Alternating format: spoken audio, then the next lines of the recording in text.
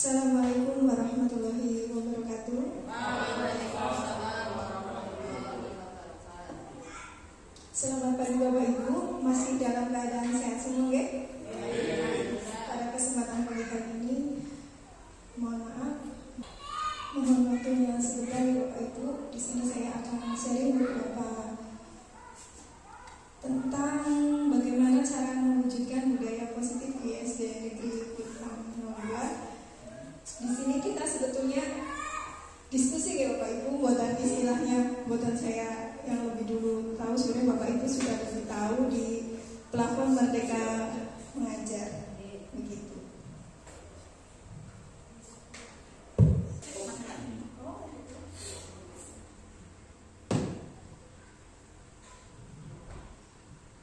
Ya, terima kasih Bapak Ibu atas waktunya. Di sini saya akan harus bisa mewujudkan budaya positif di SD Negeri Bintang 02.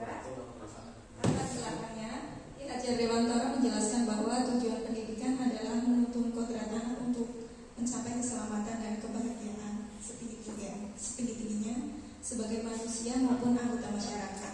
Sebagaimana kita ketahui bahwa pendidikan di era sekarang kita harus mendidik anak sesuai dengan kodrat alam dan kodrat zaman.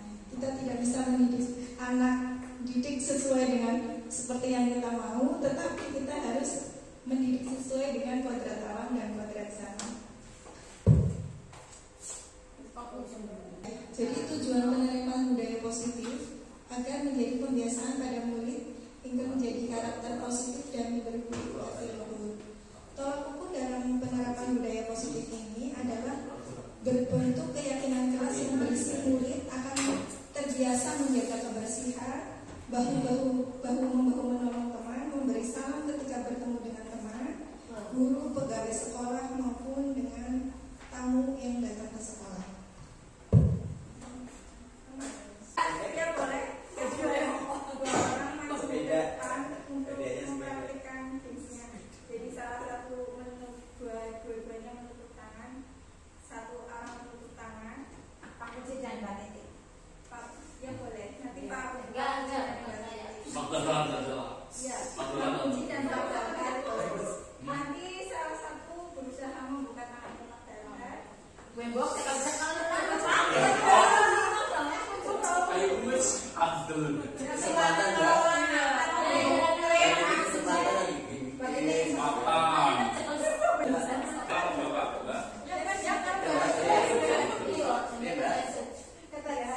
Nanti Pak Dalhar dan Pak Puji, salah satu boleh Pak Dalhar mengepalkan tangannya, Pak Puji boleh nanti menggoda Pak Dalhar, menggelitik boleh, menggoda boleh, iya boleh, ya. Jadi pokoknya sampai Pak Puji lepas kontrol, lepas kontrolnya membuka tangan, boleh apapun, boleh apapun. Dimulai dari siapa yang mau tangan dulu? Pak Puji nggak sampai lepas kontrol, tangannya melepas membuka tangannya.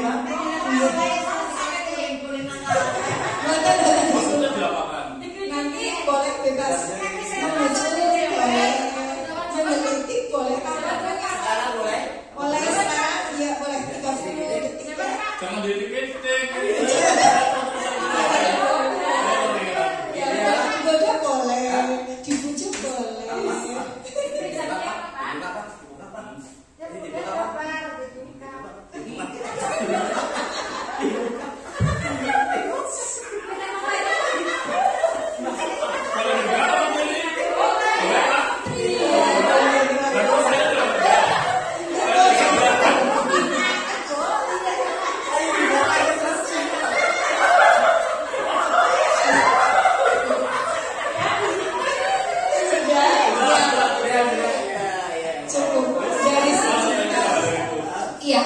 Dari praktek PEMS ini yang tadi Pak Puji mengepalkan tangan, Pak Puji itu mempunyai kontrol, berarti mempunyai kontrol atas dirinya sendiri ya. Walaupun sudah dibujuk oleh Pak Dalhar, sudah digelitik, sudah istilahnya sudah dikejar, dibujuk, digelitik, tapi Pak Puji masih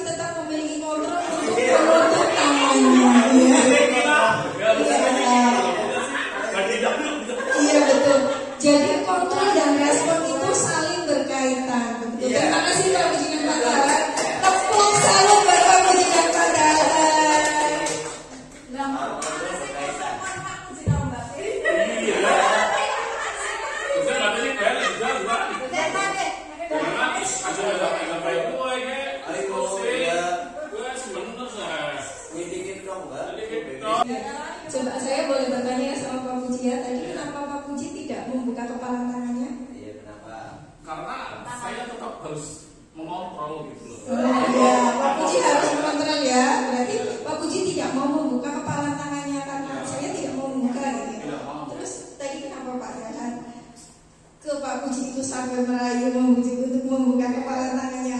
Tadi saya kan disuruh dari dulu seperti itu. Oh begitu. Boleh apapun ini. Supaya melepaskan sampai terbuka gitu ya. Iya.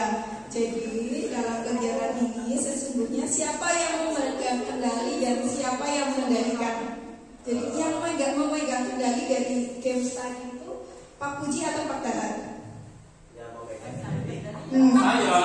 Saya Iya, yang memegang kendali mau membuka tangan atau tidak itu adalah Pak Puji. Jadi yang mempunyai kontrol atas dirinya sendiri adalah Pak Puji. Iya, Pak Puji punya. Ya. Jadi dari jawaban siap tersebut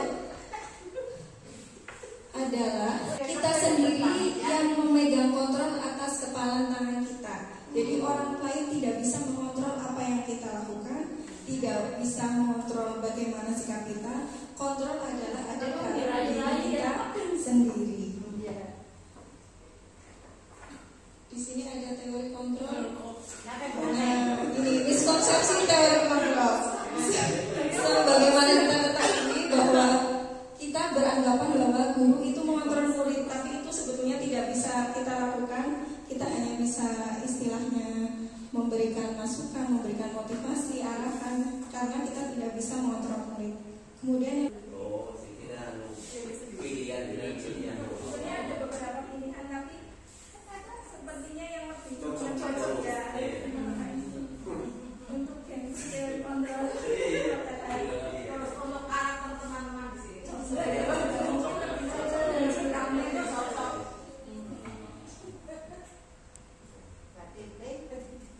Berarti besoknya selalu hari Selasa diskusinya berjalan dengan baik. Tim lagi siap Bu, biar rame lagi ya Bu.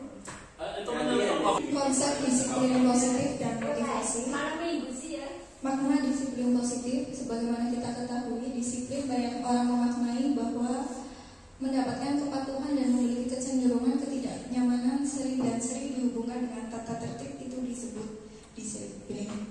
Tetapi yang perlu kita ketahui bahwa disiplin itu adalah merdeka. Di situ ada disiplin yang kuat, dan disiplin itu sebetulnya bersifat dari diri sendiri yang mewajibkan kita sekeras-kerasnya, tetapi tidak mengekang. Itu arti dari disiplin yang sesungguhnya. Jadi disiplin itu kalau tidak mengekang, maksudnya dikaitkan dengan siswa itu kan harus dikaitkan dengan aturan. Iya, aturan itu dibuat dari keyakinan kelas, dibuat bersama. Aturan itu dibuat bersama, tidak hanya dibuat. Berarti kesepakatan. Intinya kan gitu. Ini kok begitu pinter loh sampai sini dia tanyanya ya.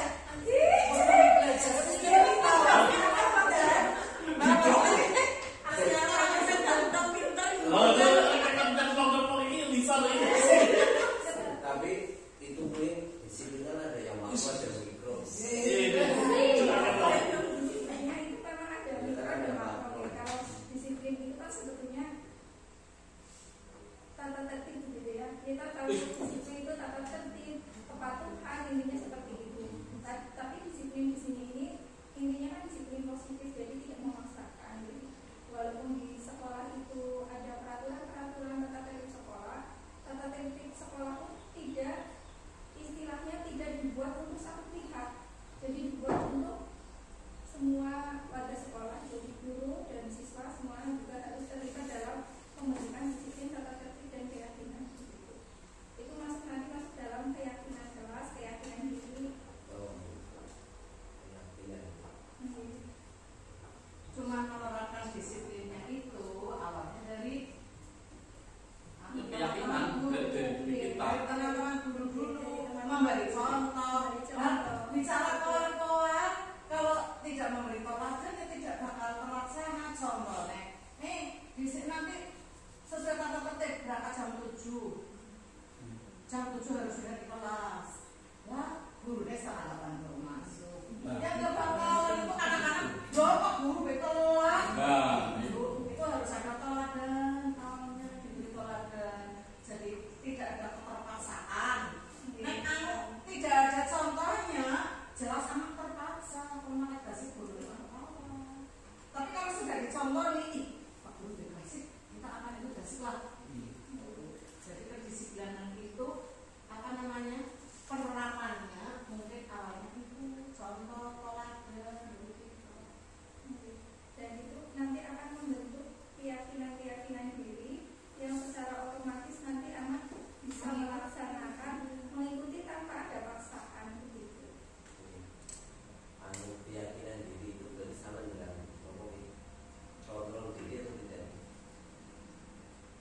mirip Pak Dara, mirip keyakinan diri itu lebih sama dengan kontrol diri. Jadi bagaimana apapun yang kita lakukan itu sesuai dengan kebutuhan dasar diri kita. Mewujudkan ending dari budaya positif itu. Jadi anak itu secara naluriah istilahnya seperti itu ya Bu, itu harus sudah bisa memberi salam kepada yang lebih tua kalau ada tamu, mulai senyum, terus menjaga kebersihan. Itu ending dari nanti budaya positif yang ingin kita wujudkan di SD Buritan 2 begitu, sesuai dengan senyum sama salam. Nah ini teknis dari ini apa nih? Harusnya itu di kelas sudah mulai kan, ini kan makanya kita seminar seperti ini, kita ini kan sharing. Jadi di kelas nanti ada peraturan kelas, istilahnya setiap kelas itu membuat keyakinan kelas, peraturan kelas antara guru dan siswa. Kami membuatnya setidaknya satu, guru dan siswa menjaga kebersihan itu berarti kewajiban bersama, tidak hanya istilahnya sertifikat. Semua siswa berarti harus menjaga kebersihan. Itu adalah nanti itu sebagai konsekuensinya nanti kita apa istilahnya, kita terapkan konsekuensinya apa, dan kita masuk ke restitusi. Jadi restitusi itu pengembalian anak ke semula. Berarti mengupgrade mindset siswa. Jadi kalau bersih itu tanggung jawab masing-masing. Yang mengontrol diri adalah diri kita sendiri. Nanti maksudnya seperti itu. Jadi sudah ada keyakinan kelas, satu misal menjaga kebersihan kelas, kemudian yang kedua terus hormat dan patuh kepada Bapak Ibu guru, misal mengikuti pelajaran dengan tertib, begitu misal seperti itu keyakinan kelas yang dibuat bersama. Tidak hanya keyakinan kelas itu saja, tapi guru juga harus punya istilahnya, misal guru harus memberi pelajaran sesuai tepat waktu, misal seperti itu. Itu keyakinan kelas itu dibuat dua arah, tidak hanya satu arah. Jadi dari siswa mendapat dari guru mendapat dari siswa. Semuanya seperti itu. Jadi balan ya, antara kedua belah pihak. Mau omongan seperang-seperang nggak ada tindakan balan antara siswa dengan guru, nggak bakal terwujud budaya positif itu. Jadi dari hal tadi tersebut kita bisa mengetahui 3 motivasi perilaku manusia. Yang pertama, untuk menghindari ketidaknyamanan atau hukuman. Yang kedua, untuk mendapatkan imbalan atau penghargaan. Yang ketiga, menjadi orang yang mereka inginkan dan menghargai diri sendiri dengan nilai-nilai yang mereka percaya. Jadi, yang memotivasi perilaku manusia itu ada 3. Dari ketiga ini, yang sering kita motivasi untuk disiplin itu sebetulnya itu menghindari hukuman. Nggih kan Bapak Ibu nggih? Disiplin itu kita identiknya untuk menghindari hukuman.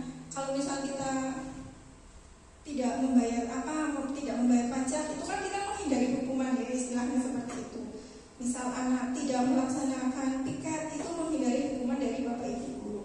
Sebetulnya hal tersebut yang menjadi motivasi dari perilaku manusia. Perbedaan hukuman, konsekuensi, dan restitusi. Ini kan ada beberapa perbedaan antara hukuman, konsekuensi, dan restitusi. Kalau hukuman itu bersifat terencana, tidak terencana atau tiba-tiba. Tidak terencana atau tiba-tiba. Terus kemudian konsekuensi itu sudah terencana dan sudah disepakati. Itu konsekuensi. 5 kebutuhan dasar manusia dari GAMS yang tadi dipraktekkan oleh Pak Lucia dan Pak Bahas itu bisa kita ketahui. Yang pertama, kebutuhan bertahan hidup. Yang kedua, kasih sayang dan rasa diterima, yaitu kebutuhan untuk diterima oleh masyarakat, oleh teman, oleh rekan. Yang ketiga, penguasaan atau kebutuhan pengakuan atas kemampuan. Yang keempat, kebebasan, yaitu kebebasan akan pilihan. Artinya kebebasan memilih boleh membuka atau tidak tentang teori kontrol tadi tersebut. Dan yang kelima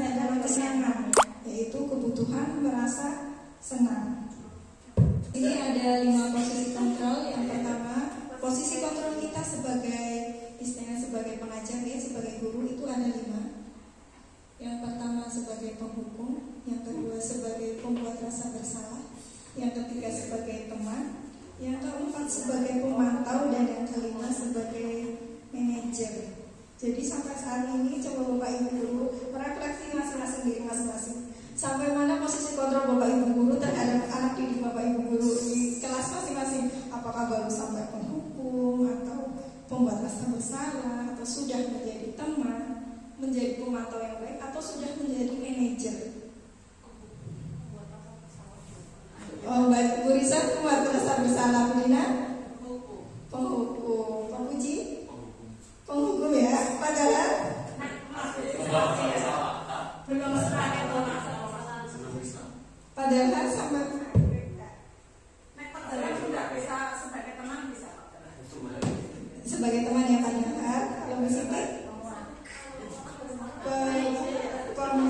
pemantau ya, pemantau.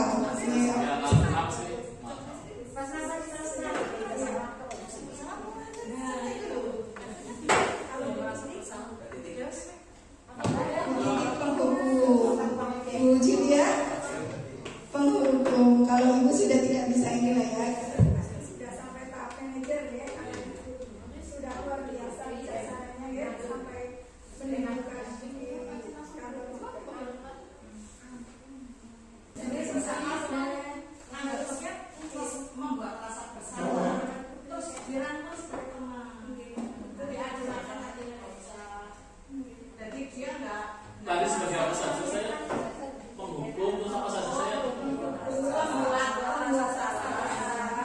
Teman, pemantau, manajer. Jadi posisi yang paling bagus sebaiknya kita sudah masuk ke tahap manajer ya, tidak hanya sebagai pemantau teman, tapi sudah sampai ke manajer. Jadi mengembalikan anak ke kelompoknya tanpa merasa bersalah dengan menyadari kesalahannya. Begitu, intinya seperti itu. Itu sudah di tahap posisi manajer. Ya, memang sih kita sebagai manajer kelas ya. Ya, Itu secara apa ya? Kalau itu secara hakikatnya ya. Hakikatnya kita manajer kelas, tapi pada realitanya itu kan kita manajer kelas itu kan tidak hanya administrasi, gitu. Itu kaitannya dengan memanajeri siswa itu kan tahapan-tahapan